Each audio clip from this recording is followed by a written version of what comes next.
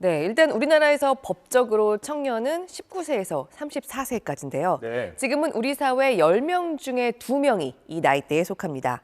1,021만 명이 현재 청년입니다. 그런데 2050년이 되면 한국인 10명 중에서 1명 정도만 청년에 불과한 수준으로 줄어들게 됩니다. 사람 수로는 지금의 딱 반토막 수준인 521만 명으로 급감한다는 겁니다. 5년마다 실시되는 인구 총조사 최신판이 2020년 기준입니다. 앞으로 2025년판이 새로 나와야 하지만요. 우리 사회의 인구 절벽 문제가 너무 심각해지면서 이번에 처음으로 통계청이 인구에 대한 기존의 종합조사 중에서 청년에 집중한 세부 데이터를 따로 뽑아서 특히 지난 20년간에 대한 장기 분석을 내놨습니다.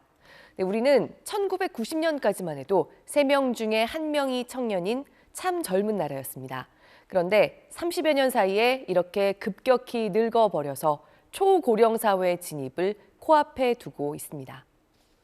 네, 인구도 이렇게 변화했고 이 청년들의 생각이나 생활도 과거에 비해서는 많이 달라졌죠.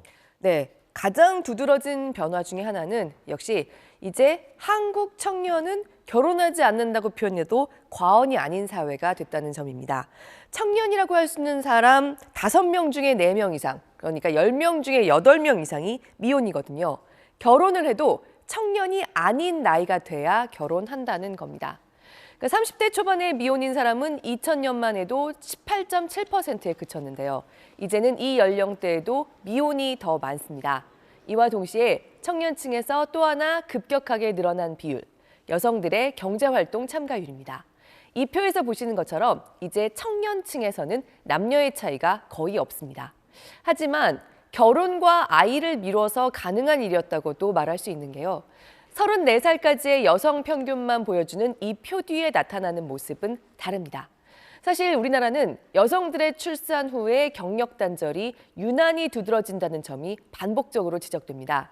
지금 표에서 보시는 것처럼 한국만 OECD에서 유독 이렇게 아이를 낳는 시기에 여성들의 경제활동 참가율이 뚝 떨어졌다가 나중에 다시 늘어납니다.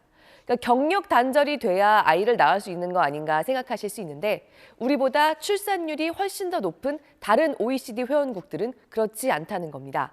그러니까 이를테면 육아휴직 중인 여성은 계속 고용된 상태이기 때문에 경력 단절에 포함되지 않습니다. 그러니까 우리나라가 단절 없이 일로 돌아가는 여성들이 OECD에서도 유독 적다는 거죠. 그러니까 출산과 육아를 하려면 휴직이 아닌 경력 단절을 각오해야 하는 경우가 많다는 점이 요즘 여성들이 청년기에 결혼을 미루고 출산도 미루거나 아예 출산을 하지 않으려는 이유의 상당 부분을 설명할 수 있다는 게 되풀이 지적되는 부분입니다.